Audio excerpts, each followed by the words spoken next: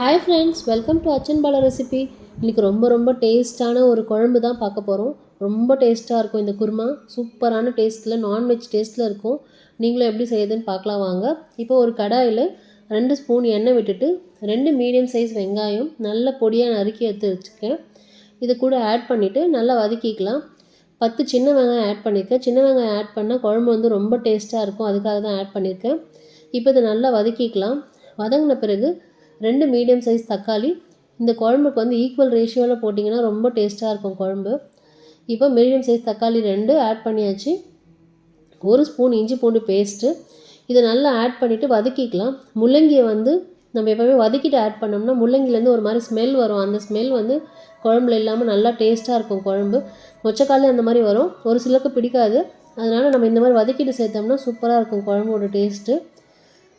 இப்போ வந்து குழம்பு மிளகாய்த்தூள் 2 ஸ்பூன் ஆட் பண்ணியிருக்கேன். கொஞ்சமாக மஞ்சள் பொடி, தேவையான அளவு உப்பு ஆட் பண்ணிவிட்டு 1 டம்ளர் தண்ணி விட்டு குக்கரில் 2 விசில் கொடுத்து எடுத்திங்கன்னா நல்லா வெந்துடும் மொச்சக்காய். பாருங்கள், இப்போ நான் குக்கரில் 2 விசில் கொடுத்து எடுத்துடுறேன்.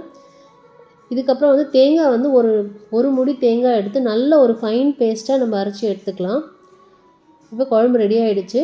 மொச்சக்காய் முள்ளங்கி ரெண்டுமே நல்லா வெந்துடுச்சு.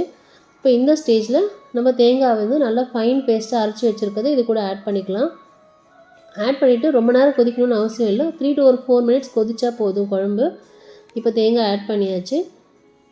தேங்காய் ஆட் பண்ண பிறகு தாளிப்புக்கு வந்து ஒரு பேனில் 2 ஸ்பூன் எண்ணெய், கொஞ்சமாக கடுகு பொரிஞ்ச பிறகு சீரகம் கொஞ்சமாக நான் வந்து மிக்ஸ் பண்ணி வச்சுருக்கேன், அதனால் அதை ஆட் பண்ணியிருக்கேன். 1 ஸ்பூன் சோம்புத்தூள்.